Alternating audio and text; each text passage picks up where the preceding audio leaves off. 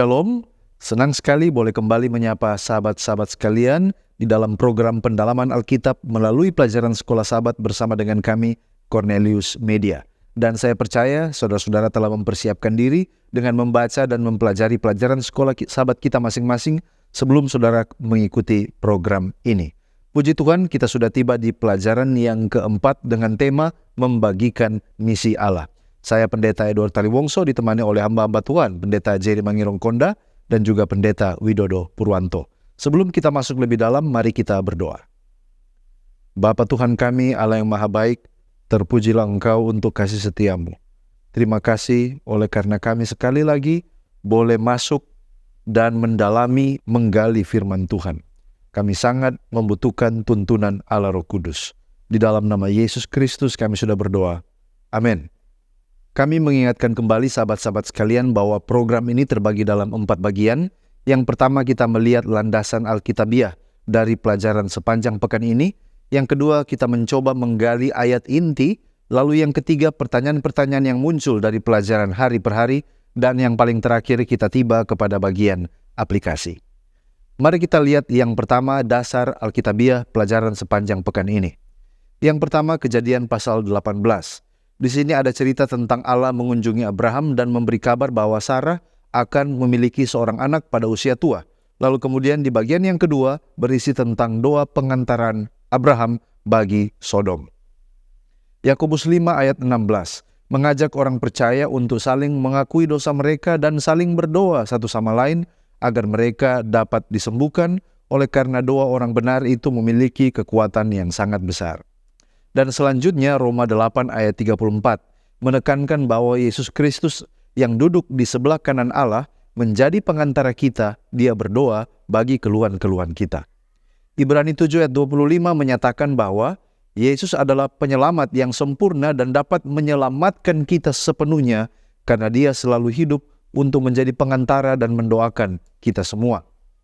Kejadian 19 ayat 1-29 kisah tentang pemusnahan Sodom dan Gomora, serta bagaimana Allah menyelamatkan Lot dan kedua anak perempuannya.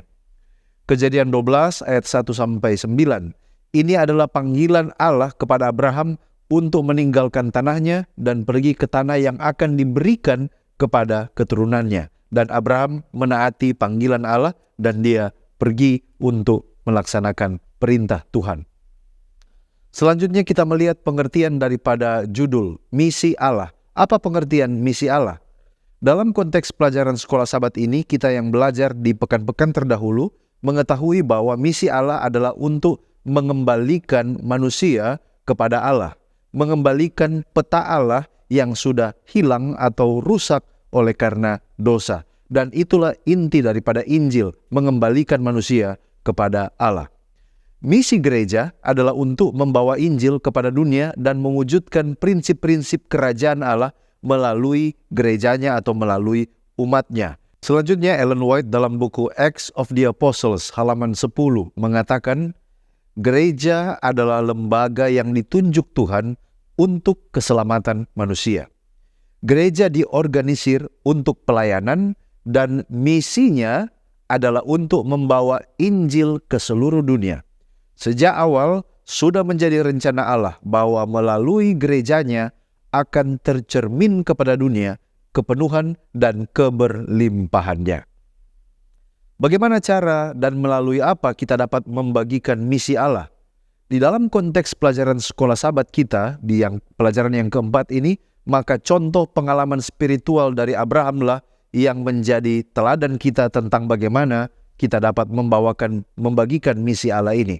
Ada 3 poin yang menjadi tools atau alat yang sangat ampuh di mana kita dapat membagikan misi ini kepada dunia. Yang pertama melalui sifat keramah tamahan, yang kedua melalui sifat kasih dan kepedulian, dan yang ketiga melalui doa pengantaraan. Siapa yang punya tanggung jawab untuk membagikan misi Allah dan bagaimana proses kita dapat melaksanakannya? Kembali lagi dari buku yang sama, Acts of the Apostles halaman 10. Di sana dikatakan, para anggota gereja, yaitu mereka yang telah ia panggil keluar dari kegelapan ke dalam terangnya yang ajaib, mereka inilah yang harus menunjukkan kemuliaannya. Lalu kemudian kita bertanya, apa itu kemuliaan Allah? Di dalam Selected Messages buku 2 halaman 106 mengatakan, Kristus datang ke dunia ini untuk merepresentasikan karakter Allah seperti yang terwakili dalam hukumnya yang kudus, karena hukumnya adalah salinan atau transkrip dari karakternya. Kristus adalah hukum Taurat dan Injil. Jadi sekali lagi, misi seluruh anggota gereja adalah memantulkan karakter Allah yang merupakan kemuliaannya. Orang Kristen dapat bersaksi sebagai penggenapan misi Allah melalui kehidupan mereka yang mencerminkan kasih, keadilan, dan kerendahan hati Kristus.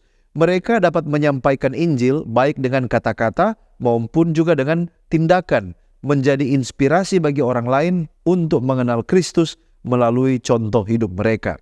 Dan perintah ini dinyatakan di dalam Alkitab. Contohnya 1 Petrus 3 ayat 15. Di sana Rasul Petrus mengatakan bahwa bersiap-siaplah untuk memberikan pertanggungjawaban kepada tiap-tiap orang yang meminta pertanggungjawaban dari kita tentang iman dan pengharapan kita. Tetapi dia katakan harus dengan penuh kasih, dengan lemah lembut, dan juga dengan penuh hormat. Demikian juga Rasul Yohanes dalam Yohanes 13 ayat 35. Semua orang akan mengetahui bahwa kita adalah murid-murid Yesus kalau kita saling mengasihi. Jadi, berbicara tentang bagaimana cara kita menyampaikan misi Allah, bersaksi itu bukan hanya dengan kata-kata, tetapi juga dengan tindakan kasih, dengan kepedulian, dan cara utama di mana orang Kristen dapat memenuhi misi Allah, yaitu mengajak orang lain mengenal Kristus melalui tindakan kita, oleh karena kita adalah surat yang dibaca oleh orang-orang yang belum mengenal kebenaran Tuhan. Puji Tuhan, terima kasih pendeta. Nah, saudara-saudara, pelajaran keempat ini menekankan pada membagikan misi Allah. Pertanyaannya adalah, kepada siapa saja misi Allah dibagikan? Di dalam Kejadian pasal 18 ayat 16-33 diceritakan tentang kejahatan kota Sodom sehingga Tuhan menyatakan akan memusnahkan kota itu. Namun Abraham mengajukan permohonan kepada Tuhan untuk tidak menghukum orang benar maupun orang fasik. Di sini kita dapat melihat Abraham berharap bisa menyelamatkan semua orang-orang di kota ini, bukan hanya kepada orang-orang benar.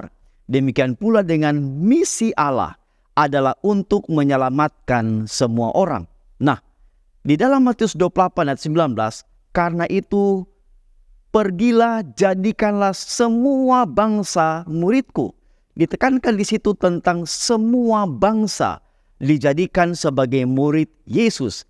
Demikian juga dalam 2 Petrus 3:9 disebutkan Tuhan tidak lalai menepati janjinya, sekalipun ada orang yang menganggapnya sebagai kelalaian, tetapi ia sabar terhadap kamu karena ia menghendaki supaya jangan ada orang binasa, melainkan supaya semua orang berbalik dan bertobat. Nah, dalam Kisah 1:8 dinyatakan di sana, tetapi kamu akan menerima kuasa kalau Roh Kudus turun ke atas kamu, dan kamu akan menjadi saksiku di Yerusalem dan di seluruh Yudea dan Samaria dan sampai ke ujung bumi.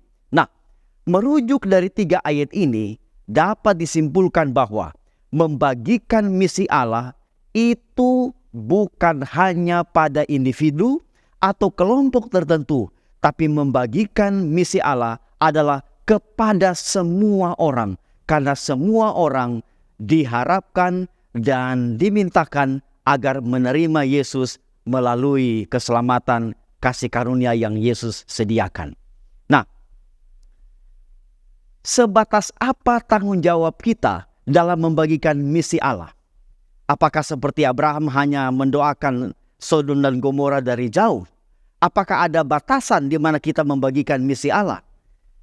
Kita tidak dapat membagikan misi Allah bila kita hanya diam di satu tempat dan tidak melakukan sesuatu. Harus ada tindakan yang dibuat. Yesus memberi contoh bagaimana membagikan misi Allah itu minimal di mana kita berada. Dicatat oleh Ellen G. White dalam buku Hidup yang Terbaik halaman 133, metode Kristus saja yang akan memberi keberhasilan dalam menjangkau manusia. Juru selamat bergaul dengan manusia sebagai seorang yang menginginkan kebaikan mereka. Ia menunjukkan rasa simpati terhadap mereka, melayani kebutuhan mereka, dan memenangkan kepercayaan mereka, lalu memanggil mereka, ikutlah aku. Nah, di dalam Matius 25:35 disebutkan, sebab ketika aku lapar, kamu memberi aku makan. Ketika aku haus, kamu memberi aku minum. Ketika aku seorang asing, kamu memberi aku tumpangan. Ketika aku telanjang, kamu memberi aku pakaian. Ketika aku sakit, kamu melawat aku. Ketika aku dalam penjara, kamu mengunjungi aku. Jadi, membagikan misi Allah memang harus diawali dengan doa. Namun, apa yang didoakan akan diwujudkan dalam tindakan melayani. Yesus sudah contohkan. Yesus bergaul, Yesus menunjukkan simpati, Yesus melayani, Yesus mengajak. Dan di dalam Matius 25 ayat 35 juga menunjukkan bila mana kita menunjukkan misi melalui simpati kita, maka kita akan pergi membagikan apa yang diperlukan atau dibutuhkan oleh orang lain. Nah, saudara-saudara, jika orang menolak tanggung jawab membagikan misi, apa yang akan terjadi? Apakah akan bernasib seperti Sodom dan Gomora? Ini sebuah pertanyaan yang perlu kita ketahui jawabannya. Nah, saudara-saudara, membagikan misi Allah kepada orang lain adalah tugas utama umat Allah. Mengapa? Karena mereka dipilih untuk misi menyelamatkan jiwa-jiwa. Firman Tuhan dalam 1 Korintus 9 ayat 16, karena jika aku memberitakan Injil, aku tidak mempunyai alasan untuk memegahkan diri. Sebab itu adalah keharusan bagiku. Celakalah aku jika aku tidak memberitakan Injil. Nah, saudara-saudara, bila kita tidak mengambil bagian dalam membagikan misi Allah, maka itu akan berdampak pada spiritual kita. Itu akan melemahkan kepekaan kita terhadap keselamatan jiwa-jiwa. Dampak yang kedua adalah kepada mereka yang harusnya menerima terang dari mereka yang telah menerima terang, akibatnya mereka akan binasa dan darah mereka tertanggung kepada kita. Sebaliknya bila kita memberitahukannya atau menyatakan kesalahan mereka dan ia tidak mau berbalik, kita sudah menyelamatkan diri kita. Itu dilihat di dalam Yesiel pasal 33 ayat 7 dan 9. Jadi kalau kita tidak menjalankan misi kita, misi yang Allah berikan kepada kita, itu akan berdampak pada spiritual kita. Dan itu juga akan berdampak kepada orang lain. Bila mana kita tidak pergi membagikan misi Allah, mereka akan mati di dalam ketidaktahuan mereka terhadap kebenaran atau Injil firman Tuhan. Sekarang timbul pertanyaan, bagaimana cara agar orang bisa menerima misi Allah saat kita membagikannya? Sejarah para Nabi jilid 1 halaman 147, dia mengatakan seperti ini. Abraham dihormati oleh bangsa-bangsa di sekelilingnya sebagai seorang penghulu yang gagah perkasa dan seorang pemimpin yang arif dan bijaksana. Kehidupan dan tabiatnya yang amat berbeda dengan penyembah-penyembah berhala itu telah memberikan suatu pengaruh yang dapat memberikan kesaksian akan imannya yang benar. Kesetiaannya kepada Allah tidak dapat digoyahkan.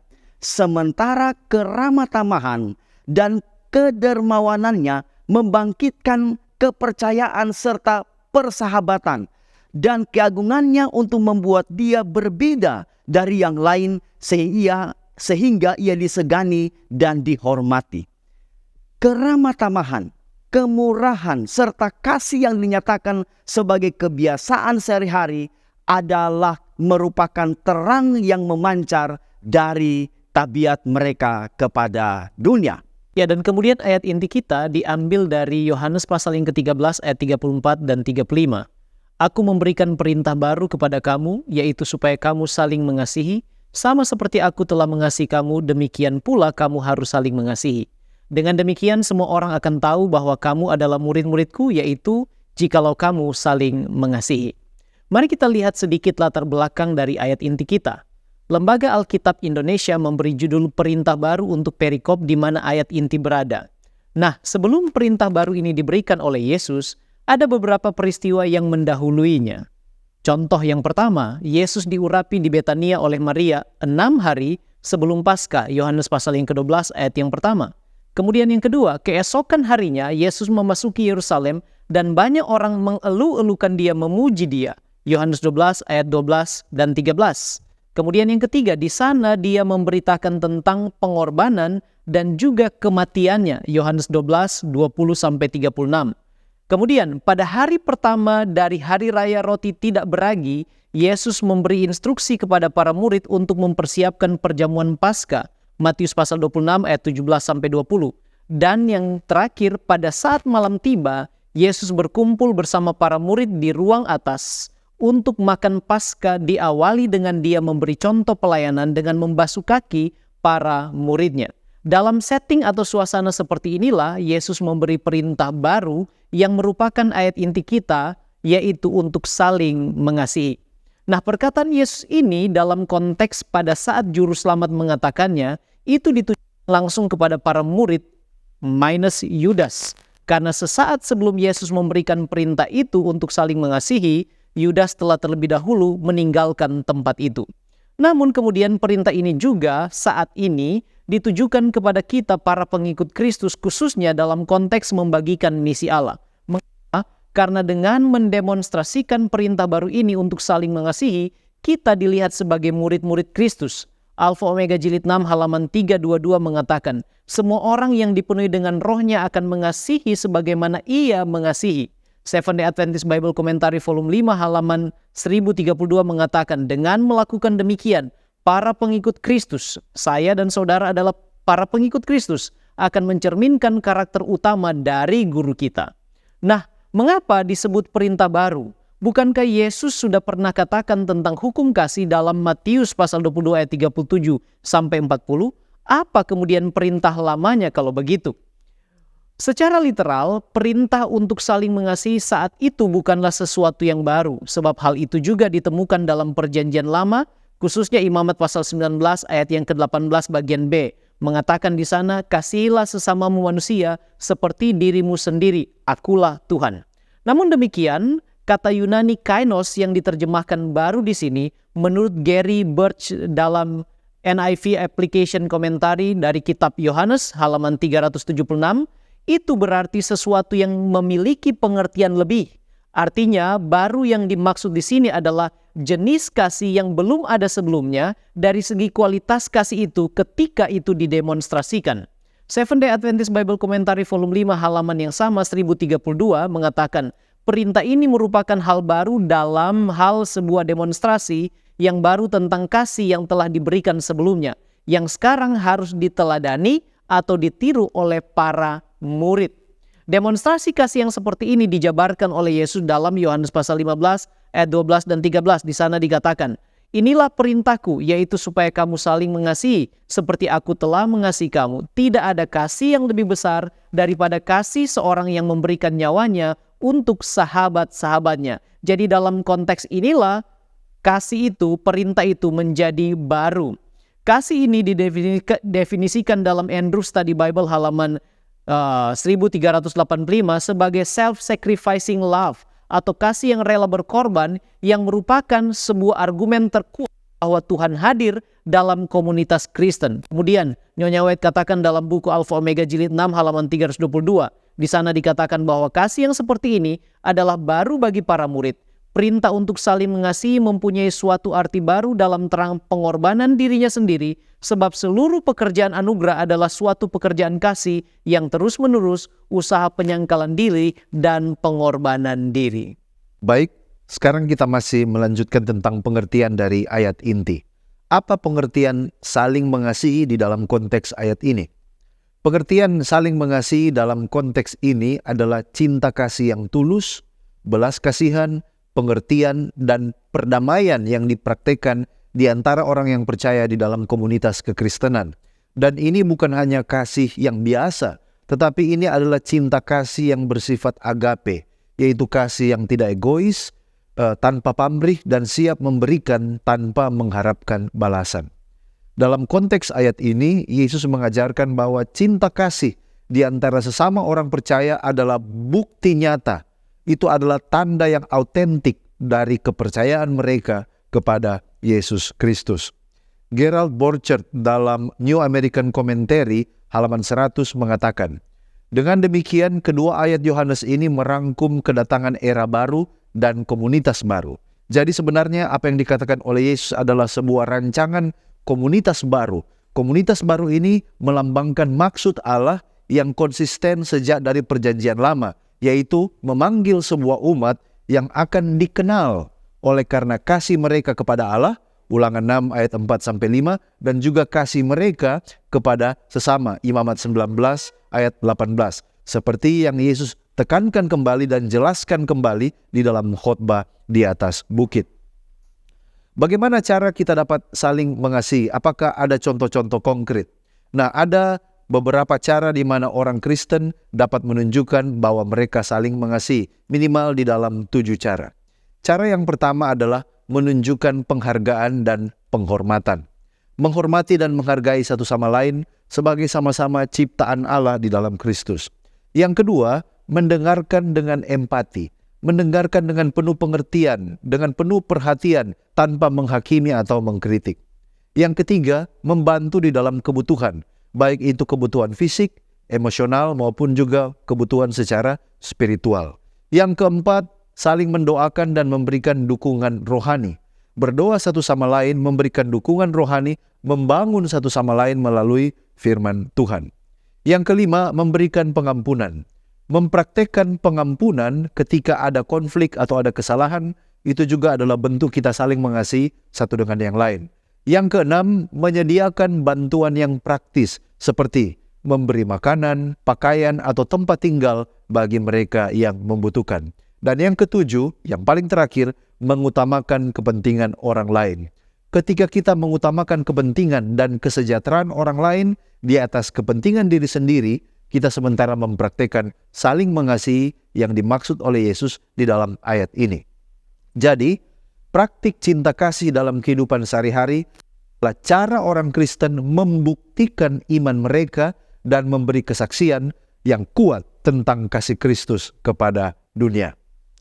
Apa kira-kira manfaat atau pahala kalau kita saling mengasihi dan kita disebut sebagai murid-murid Yesus? Minimal ada 3 manfaat. Yang pertama, ini adalah pembuktian bahwa seseorang itu benar-benar telah dilahirkan kembali dari Allah. 1 Yohanes 4 ayat 7-8. Yang kedua, mereka yang mempraktikkan kasih ini hidup berbahagia di atas dunia ini oleh karena mereka mengalami kepuasan yang tidak dapat dipahami oleh dunia ini. Kisah 20 ayat 35. Dan yang ketiga, mereka yang mempraktikkan saling mengasihi pada akhirnya akan menerima kerajaan sorga yang Yesus sediakan bagi mereka yang telah menunjukkan belas kasihan kepada sesama. Matius 25 ayat 34-36. Demikianlah manfaat yang dapat diperoleh kalau kita saling mengasihi satu dengan yang lain. Mungkin kita bertanya saat ini, bagaimana peran Roh Kudus dalam membagikan misi Allah? Nah, di dalam Kisah Para Rasul 1 ayat 8, tetapi kamu akan menerima kuasa kalau Roh Kudus turun ke atas kamu. Dan kamu akan menjadi saksiku di Yerusalem dan di seluruh Yudea dan Samaria dan sampai ke ujung bumi. Dalam Kisah 2 ayat 3, dan tampaklah kepada mereka lidah-lidah seperti nyala api yang bertebaran dan hingga pada mereka masing-masing. Ayat 4, maka penuhlah mereka dengan Roh Kudus, lalu mereka mulai berkata-kata dalam bahasa-bahasa lain seperti yang diberikan oleh Roh itu kepada mereka untuk mengatakannya. Peran Roh Kudus untuk menjalankan misi Allah adalah sangat fundamental. Kenapa? Tanpa Roh Kudus, murid-murid tidak bisa mengkomunikasikan akan Injil atau misi Allah kepada bangsa-bangsa lain atau bahkan kepada orang-orang lain, karena Roh Kuduslah yang akan memampukan mereka. Dicontohkan di sini adalah bahasa. Bahasa yang digunakan oleh murid-murid, khususnya Petrus pada waktu berkhotbah waktu itu, dimengerti oleh orang lain oleh karena tuntunan dan bantuan Roh Kudus. Nah, Yohanes 14 ayat 26 mengatakan, tetapi penghibur yaitu Roh Kudus yang akan diutus oleh Bapa dalam namaku, dialah yang akan mengerjakan segala sesuatu kepadamu dan akan mengingatkan kamu akan semua yang telah kukatakan kepadamu. Dalam ayat ini disebutkan bahwa Roh Kuduslah yang akan mengajarkan segala sesuatu kepadamu dan mengingatkan apa yang telah kukatakan kepadamu. Nah, sebagaimana Roh Kudus telah menggunakan murid-murid untuk bersaksi, demikian hari ini Roh Kudus akan memampukan umat Allah untuk membagikan misi Allah. Tanpa Roh Kudus, kita tidak akan mencapai maksud dan tujuan dari misi Allah yang sebenarnya. Ya, terima kasih pendeta. Kita berpindah kepada pokok penting lain, yaitu membagikan misi Allah melalui kasih. Nah, apa perbuatan kasih yang ditunjukkan Abraham kepada orang Sodom dan Gomora, sedangkan dia sendiri tidak pergi ke kota Sodom dan Gomora saat itu untuk menunjukkan kasih? Nah, walaupun Abraham tidak datang langsung ke kota Sodom dan Gomora, satu hal yang disebut perbuatan kasih Abraham adalah ketika dia menjadi juru syafaat atau perantara bagi orang-orang Sodom dan Gomora yang jahat, yang bahkan tidak dikenal oleh Abraham. Tindakan menjadi juru syafaat atau pengantara seperti ini diilhami oleh kasih yang murni dan mendalam. Dan di sana tidak ada unsur untuk kepentingan diri sendiri. Doa Abraham bagi orang-orang yang sebenarnya tidak layak menerima belas kasihan dari Allah adalah justru menyenangkan hati Allah. Seventh-day Adventist Bible Commentary volume 1 halaman 331 mengatakan, Allah sangat disenangkan dengan doa syafaat yang demikian, karena hal itu mencerminkan kasih yang besar yang meluap dari hati Allah sendiri. Nah, mengapa Allah disenangkan? Karena inilah sebenarnya inti dari misi Allah, yaitu menunjukkan kasih yang bukan berlandaskan kepada roh cinta diri, tetapi kepada pengorbanan diri sendiri. Sebab anak manusia datang untuk mencari dan menyelamatkan yang hilang. Lukas 19 ayat yang ke-10. Jadi ini adalah inti dari misi Allah. Matius 9 ayat 13 mengatakan, yang ku kehendaki ialah belas kasihan dan bukan persembahan. Karena aku datang bukan untuk memanggil orang benar, melainkan orang berdosa. Nah, kalau begitu, apa pengertian membagikan misi Allah melalui kasih? Seventh-day Adventist Bible Commentary volume 1 halaman 331 dikatakan, ketika Abraham mendekat kepada Allah dalam kasih dan iman, dengan kerendahan hati bersyafaat bagi orang-orang berdosa, Allah mendekat kepadanya dengan kemurahan, dengan penuh kasih karunia, setuju dengan permohonannya. Allah harus dinyatakan di dalam Kristus, mendamaikan dunia dengan dirinya sendiri. Dikatakan di dalam 2 Korintus pasal 5 ayat yang ke-19. Kemudian Alfa Omega jilid 1 halaman 156 mengatakan juga, kasih bagi jiwa-jiwa yang akan binasa mengilhami doa Abraham ini. Roh Abraham adalah roh Kristus. Anak Allah itu sendiri adalah pengantara yang agung demi kepentingan orang-orang berdosa. Ia rela membayar harga tebusannya karena mengetahui nilai jiwa manusia. Jadi dalam konteks ini saudaraku, membagikan misi Allah melalui kasih adalah memiliki kasih yang sama seperti yang dimiliki oleh Allah di dalam Kristus. Kasih yang tidak berfokus kepada diri sendiri, kepada cinta akan diri sendiri, kepada kepentingan pribadi, melainkan kasih yang rela berkorban demi keselamatan orang lain, bahkan mereka yang tidak layak untuk menerimanya. Dan hal ini, kasih yang seperti ini dapat diekspresikan melalui yang pertama, kepedulian terhadap keselamatan jiwa orang lain yang dilandasi oleh kasih kepada jiwa itu, walaupun kita tidak kenal mereka. Dan kita sebut ini adalah dengan beban jiwa. Yang kedua, kita rela menjadi juru syafaat mereka. Jadi untuk mengimplementasikan kepedulian kita terhadap keselamatan mereka, kita mau menjadi juru syafaat mereka yang mengantarai, mendoakan keselamatan bagi jiwa mereka. Manuskrip 32-1893 Nyonya White katakan, ketika ada orang-orang yang merasakan beban bagi mereka yang belum bertobat dan mereka yang berada dalam kegelapan dan tidak melihat terang, maka pertemuan-pertemuan doa ditetapkan agar mereka dapat menjadikan kekuatan Allah sebagai kekuatan mereka. Dalam hal inilah agen-agen surgawi bekerja dan jiwa-jiwa diselamatkan. Baik, terima kasih pendeta. Sekarang kita belajar tentang doa pengantaran. Apa pengertian doa pengantaran dan bagaimana tempatnya di dalam misi Allah? Doa pengantaran merujuk kepada doa yang diajukan oleh seseorang untuk mendukung atau mengantarai orang lain kepada Allah. Di dalam konteks agama, pengantara adalah seseorang atau sesuatu yang bertindak sebagai pengantara antara manusia dan juga Tuhan. Dalam doa pengantaraan, seorang memohon kepada Allah untuk memberkati, melindungi, menyembuhkan, atau memberikan bantuan kepada orang lain. Ralph Martin dalam Kamus Perjanjian Baru dan Perkembangannya mengatakan tentang doa pengantaran ini. Sesama orang percaya dapat menawarkan bantuan yang signifikan bagi satu sama lain. Ketika mereka saling mengakui dosa mereka, mereka harus saling mendoakan. Yakobus 5 ayat 16. Para penatua harus berdoa bagi kesembuhan mereka yang sakit. Yakobus 5 ayat 14. Sama seperti Petrus yang secara efektif mendoakan kesembuhan Tabita dan Paulus yang mendoakan ayah Publius. Kisah 9 ayat 40 dan 28 ayat yang ke-8. Para rasul dan gereja mula-mula berdoa untuk para pekerja. Kisah 6 ayat 6. Dan orang yang baru bertobat. Kisah 8 ayat 15. Dan para misionaris yang diutus. Kisah 13 ayat 3. Dengan kata lain, di dalam Perjanjian Baru banyak sekali kita melihat contoh-contoh tentang doa pengantaraan, orang lain yang berdoa bagi keuntungan dan keberkatan bagi orang lain. Dalam cerita Abraham, kalau kita lihat, sepertinya Abraham hanya berdoa saja untuk Sodom dan Gomora. Kita mungkin bertanya, kenapa dia tidak pergi sendiri ke Sodom dan Gomora untuk memberikan kabar, untuk membagikan misi Allah supaya mereka bertobat. Nah, alasan mengapa Abraham hanya berdoa dan tidak pergi ke Sodom dan Gomora secara langsung mungkin tidak dijelaskan secara eksplisit di dalam teks Alkitab. Tetapi ada beberapa kemungkinan dan ini bisa menjadi alasan kita untuk melihat mengapa Abraham tidak melakukannya. Yang pertama, terjadi tawar-menawar dengan Tuhan. Kalau kita baca, Abraham mencoba melakukan tawar-menawar dengan Tuhan tentang jumlah orang benar yang dibutuhkan untuk menyelamatkan kota-kota tersebut. Dan Tuhan mengabulkan permohonan Abraham kalau seandainya terbukti ada beberapa orang benar di sana.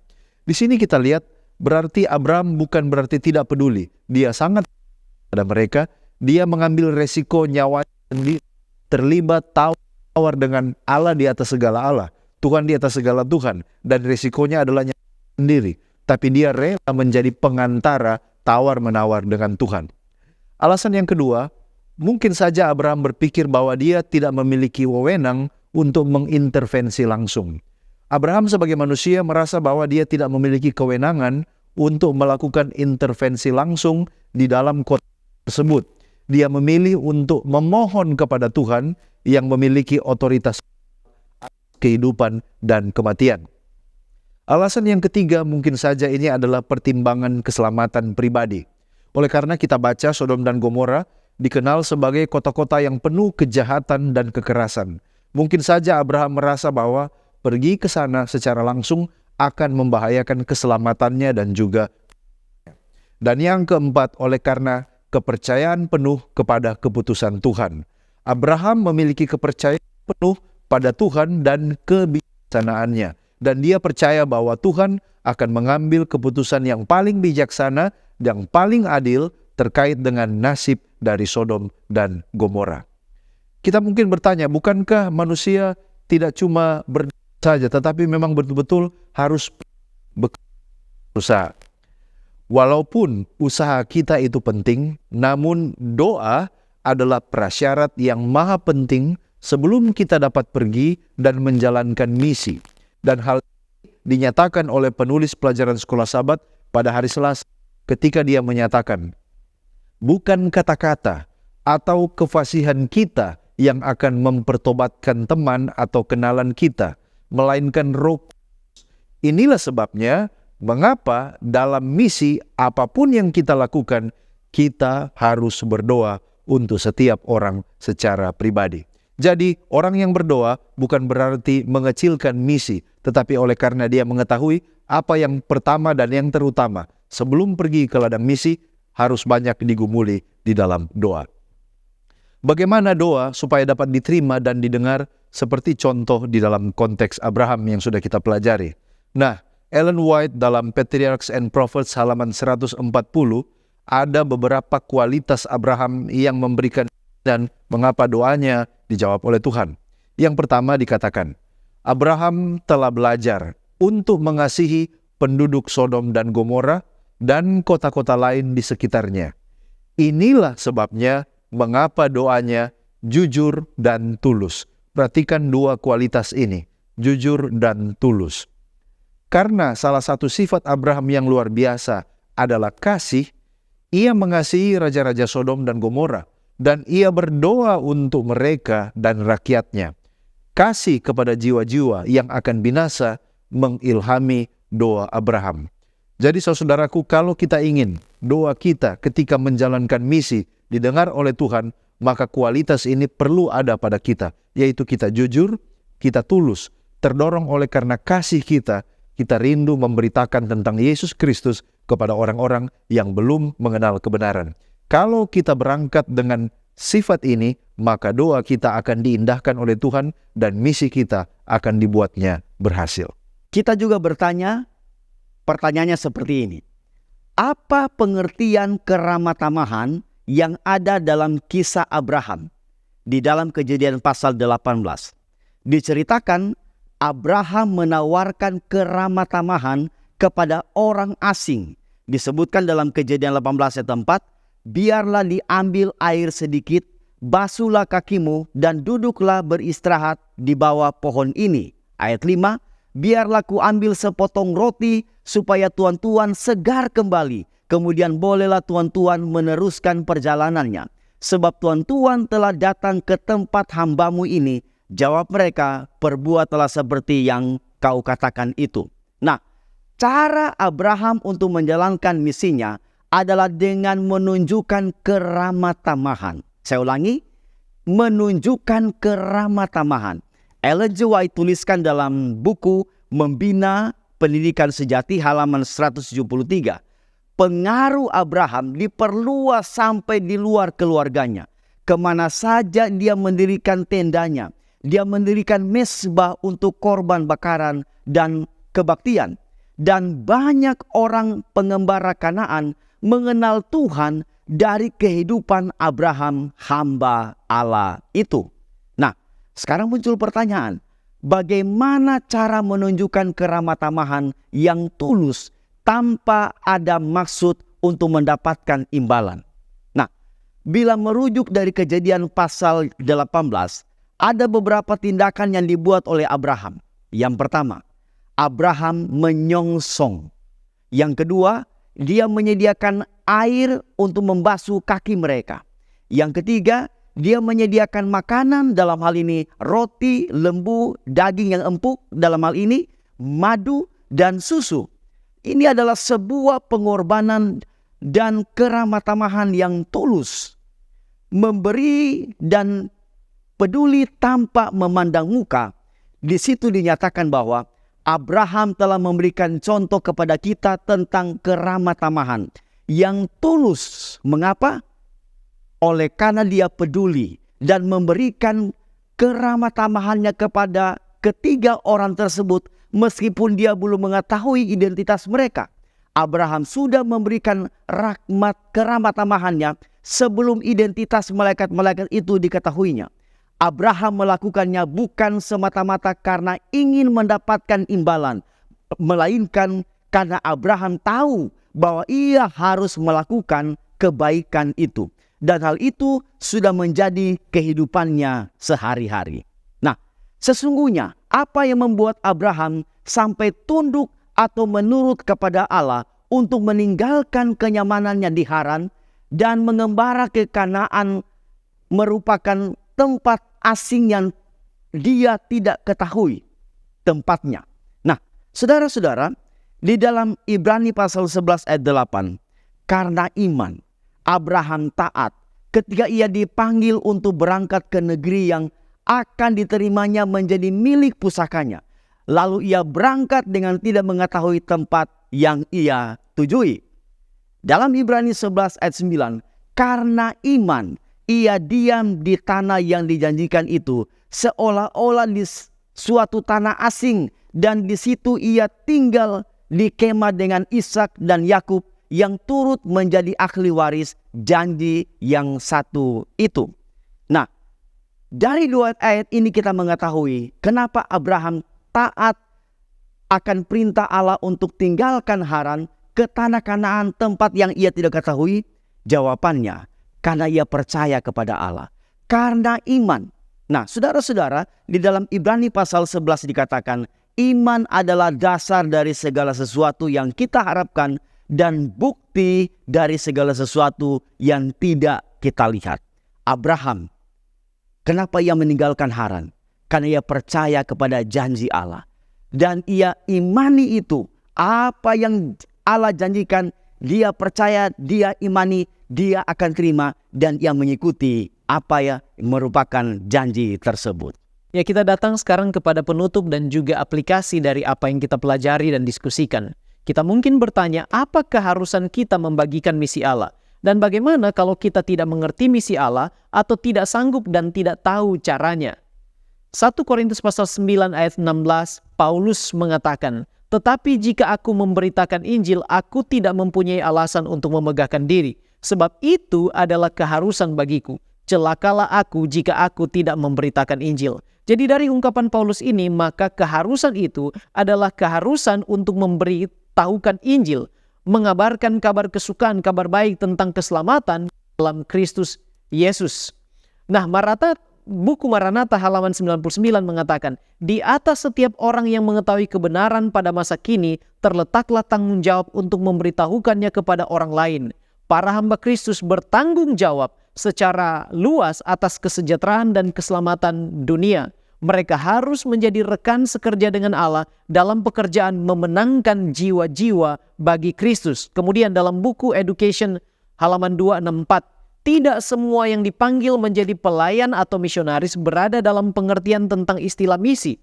Namun demikian, semua orang dapat menjadi pekerja-pekerja bersama dia dalam menyampaikan kabar gembira kepada sesama mereka. Kepada semua orang, besar atau kecil, terpelajar atau tidak terpelajar, tua atau muda, perintah itu diberikan. Jadi tidak ada alasan untuk kita katakan kita tidak tahu apa artinya misi itu. Kita tidak tahu bagaimana menjalankannya. Sebab kita dipanggil dan kepada kita diletakkan tanggung jawab untuk membagikan kabar sukacita itu. Nah, bagaimana kalau memang kita tidak tahu? Testimonies for the Church volume 7 halaman 22 mengatakan, biarlah mereka membentuk menjadi kelompok pekerja. Hendaklah mereka menjaga ikatan persekutuan persatuan mereka agar tidak terputus. Mereka saling mendorong satu dengan yang lain untuk maju, maka mereka masing-masing akan memperoleh keberanian dan kekuatan dari bantuan yang lain. Jadi ini adalah cara yang disiapkan Allah supaya kita saling membantu satu dengan yang lain ketika kita mengetahui bahwa kepada kita diembankan tugas tanggung jawab untuk menjalankan, membagikan misi Allah. Nah sekarang apa sih bahayanya kalau kita tidak ambil bagian di dalam membagikan misi Allah? Karena mungkin kita merasa orang lain yang mestinya bagikan misi Allah bagi kita. Ketika Yesus mengutus ke-12 rasul dalam Matius 10, dia katakan, kamu telah memperolehnya dengan cuma-cuma, karena itu berikanlah pula dengan cuma-cuma. Matius pasal 10 ayat yang ke-8. Jadi adalah tanggung jawab moral bagi setiap orang yang telah menikmati keselamatan dan mengetahui kebenaran untuk membagikannya bagi orang lain. Kecuali memang kita belum merasakan atau mengalaminya atau menikmatinya, maka kita lepas tanggung jawab. Tapi sama seperti Paulus yang telah mengalami keselamatan dari Kristus dan mengetahui kebenaran misi Allah, maka dia katakan, celakalah aku bila aku tidak memberitakan Injil.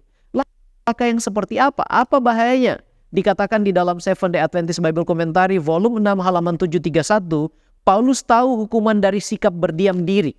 Ia tahu bahwa ia ditugaskan oleh Tuhan untuk memberitakan kabar baik tentang pembebasan dari dosa, dan bahwa jika ia tetap diam, ia tidak akan mendapatkan ketenangan pikiran, tidak akan ada persekutuan yang bahagia dan suci dengan Kristus, dan berdiam diri berarti menyangkal tugas yang diberikan kepadanya oleh Tuhan.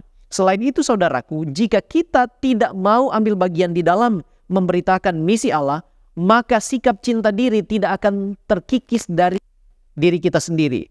Talenta-talenta yang dipercayakan Tuhan akan semakin memudar dan lama-kelamaan kehilangan keselamatan yang kita sudah nikmati selama ini dalam persekutuan dengan Tuhan. Jadi mari kita berusaha untuk terlibat di dalam menjangkau jiwa-jiwa yang sedang menuju kepada kebinasaan. Mari kita dengan aktif turut mengambil bagian di dalam misi Allah. Dengan pertolongan Tuhan, saya percaya kita akan berhasil. Mari kita tunduk kepala dan kita satu di dalam doa. Terpujilah namamu ya Tuhan Allah kami sebab Engkau baik. Engkau beri kami kesempatan untuk belajar daripadamu. Tuhan, kiranya Roh Kudus-Mu meteraikan apa yang kami pelajari diskusi bersama, supaya kami ya Tuhan memiliki kerinduan untuk terus bekerja bagi keselamatan jiwa-jiwa yang sedang menuju kebinasaan.